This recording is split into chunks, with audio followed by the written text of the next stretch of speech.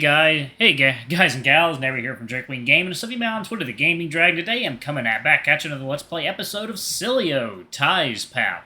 And I am recording on the new PC. Oh, that's right, I've included screenshots in my community post on YouTube, so y'all can see the beast that I have wrought upon this world. But yeah, so this is the first official video being recorded on the new computer. Anyway, let's go ahead and jump right into it, shall we? Alarm chain, you were up, and let's go, maybe? Oh. Like I've gotta...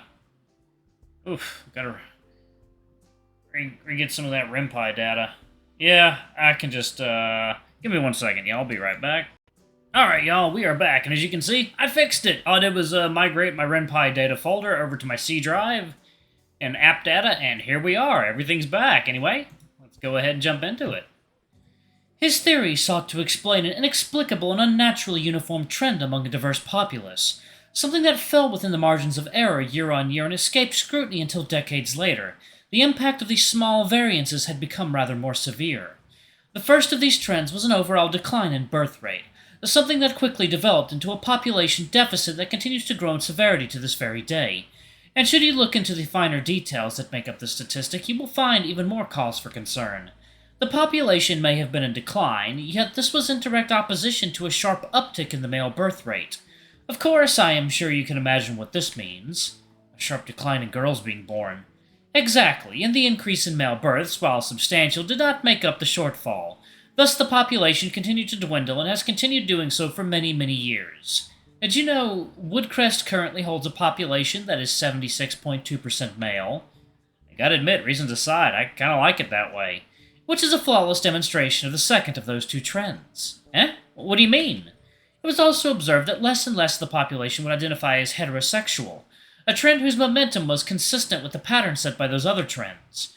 While all other sexualities enjoyed a period of slow yet sustained growth, the percentage of those surveyed who would identify as exclusively homosexual saw whole percentage increases year on year for 37 years uninterrupted. Damn, you have a point. Sidonia was pretty gay at times, but even I was surprised by just how gay-dominated Woodcrest seems to be. Is there a reason for that, or...? There are several reasons, but the most significant among them is that Woodcrest has thrived due to a greener grass type of situation.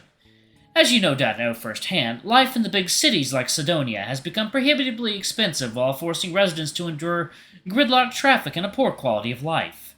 On the flip side, Woodcrest offered affordable living in a beautiful and lively location with plentiful employment and all of the amenities one could desire. Despite the overall trend, Woodcrest continues to grow at a very healthy rate, with the vast majority of new arrivals falling into the 18 to 30 age bracket.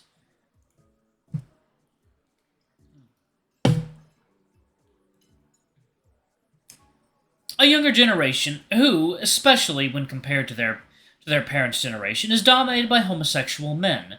With a younger-than-average population, Woodcrest is a glimpse at how the average town or city will look 10 years from now. Jeez. That explains a lot. I take it this is all why the Ortegans are struggling with their numbers? In part. Unfortunately, the tale is far more complicated than that.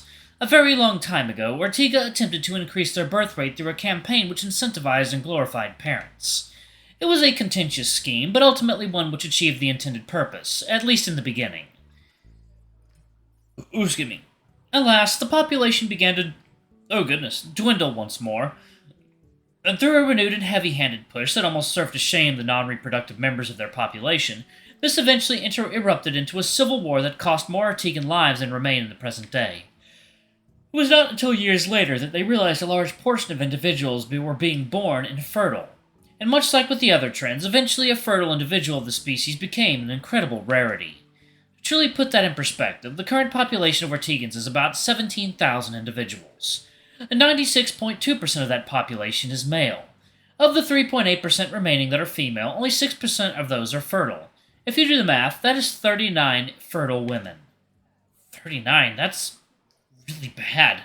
But wait, the homosexuality part affects the women too, right? Indeed. You can count the fertile heterosexual females of the species on one hand, and unless we can find a way to stop the doomsday clock from ticking, the very same fate will befall us all. Who's that? I never knew things were quite so dire. Out of sight, out of mind, I suppose. Nonetheless, I wondered if I should broach the topic with Jay the next time I saw him. Perhaps he would have some interesting insight, that was assuming it wasn't a sore topic. Oh dear, I apologize. I'd hoped to keep this brief, yet concision is quite clearly not in my nature. At the very least, I hope that you have learned something useful. Thanks, Spencer. It was actually really enlightening. It seems like you're very well informed. Indeed, I know a great many things, Hunter. I am nothing if not well informed.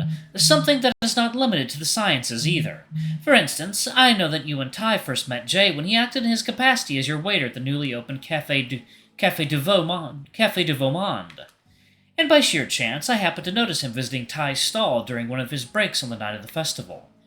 I bet you're also about to tell me you were sulking in the shadows of the strip club and saw us there together, too. A strip club? My, I was not aware you enjoyed such interests. Eh? I don't, Crap, I had nobody to blame but myself for that one. I desperately attempted to correct my course in fear that this information would make it back to Ty somehow. I was sure that Ty would have understood, but it was nonetheless a conversation that would be easier not had at all.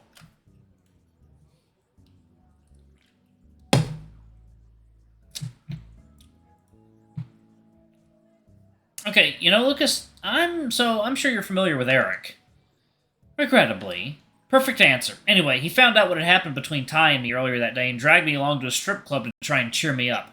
It didn't work, obviously. All I wanted was Ty, not a bunch of male strippers. Anyway, Jay was there. Apparently the two are friends. Fear not, my good friend. I understand and lack any desire to pass judgment. Nor do I intend to inform Ty. A conversation best avoided entirely, no? I found myself somewhat taken aback by Spencer's words. They're near replica of the very same sentiment I had thought only moments before. Surely it was just a coincidence. But the curtain must fall, lest Ty demands that I cover your wages from my own pocket. I simply felt it important to properly introduce myself to you again and offer some reassurance. I do hope this has not been uncomfortable for you. No, not at all, actually. If anything, Spencer's velvety smooth tone, elaborate vocabulary, and near radiant kindness had made me feel at ease.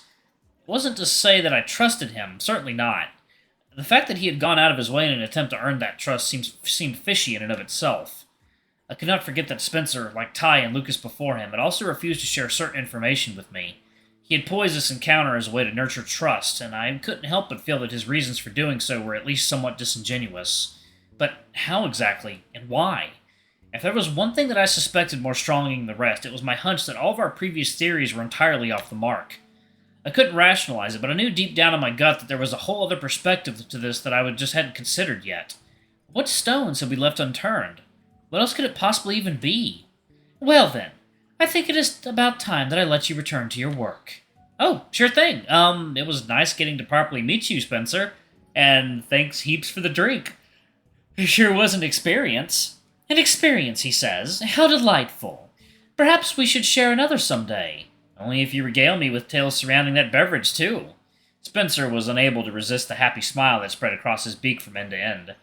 It would be my privilege and a pleasure, my good friend. I sincerely cannot wait. Spencer slowly rose from his chair, his every movement careful and deliberate, appearing almost elderly and frail as he did. I wondered to myself if he had been injured somehow. A thought that was interrupted when he spoke up once more.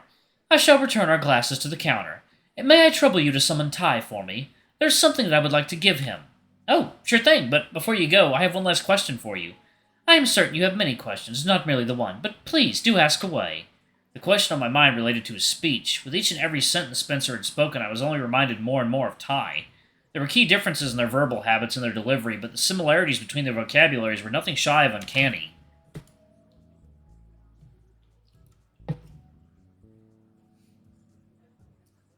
Ty once told me that his fanciful way of speaking is something that he acquired from a former friend, and hearing you speak today, it was you, wasn't it? And my former friend. Did something happen? That is two questions. I think you will find, but to answer the former, I believe you are correct. Ty always possessed a more advanced vocabulary than most, but he accentuated this in my presence and appeared to closely follow my example. What is it that they say? Imitation is the sincerest form of flattery. As for your second question, I am afraid I cannot speak on his behalf. Personally, I consider Ty to be a dearest friend of mine to this very day. But I would understand completely were that sentiment no longer mutual. And with those words, Spencer departed towards the counter to return our used glasses. While he hadn't given me a proper answer to my question, the sadness in his eyes appeared genuine as he departed. Clearly, he had been telling the truth when he said the situation was complex. Either that, or he was a tremendous actor. I stood up from my chair and followed in Spencer's footsteps. Upon arriving back behind the counter, he stood next to the register, cheerfully chatting with Russell as a highly suspicious Diego watched on. As I wandered past, Diego and I locked eyes as he looked back expectantly. I was surprised that he hadn't listened in, or perhaps he had, simply opting not to leave himself open for another grilling. I brandished a finger, my way of asking that he wait before arriving at the kitchen door. Finally, I would get to say hello to Ty. It was long overdue. As I entered, I spotted Ty standing on the opposite end of the kitchen, busily slicing and dicing ingredients before tossing them into a large simmering pot. I spoke his name on my approach, an action which prompted his ears to prick up as he spun in place with a dignified yet excitable smile. "Ah, Hunter! How lovely to see you, my dear friend." The two of us instinctively leaned forward, meeting one another in the middle and sharing a lengthy and passion-fueled kiss that made it seem as though we hadn't seen each other in years. "I'm surprised that you have been here for nearly an hour but have not yet come out to see me. Has it been busy out there? You know you can always fetch me should you require any assistance." "Nah, there's nothing to worry about. Everything's under control. I've, just been a bit distracted is all. Sorry." "No apology necessary, my dear. I am certain you have been earning your pay with unrivaled dedication, just as always." "Yeah, although that reminds me." Ty's mention of my pay had drawn my attention to the $200 I'd been carrying within my pocket, the very same which had mysteriously materialized in my pants the night prior. Reaching into my pocket, I retrieved the money before offering it to a noticeably confused Ty. "Oh, what is this?" "Can I ask a small favor of you? Please add this to Diego's paycheck. Don't tell him it came from me. Just slip it in there quietly." "I do hope this is not some money laundering scheme. You know how much I love your naughty side, but this may not be quite what I had in mind." I laughed. I certainly had been behaving rather poorly since Ty and I had gotten together, and so had he, despite being so prim and proper on the surface. I smiled, my mind drifting off in all the wrong directions as I grappled with my fragmented focus in order to deliver my response. Alright, y'all, I'm going to go ahead and pause it right there. Thank y'all so much for watching. Don't forget to like, comment, subscribe, ring that notification bell, and check out our Patreon and our YouTube memberships if you can. It always helps. Anyway, I love you all, and I'll see y'all in the next video. Bye-bye!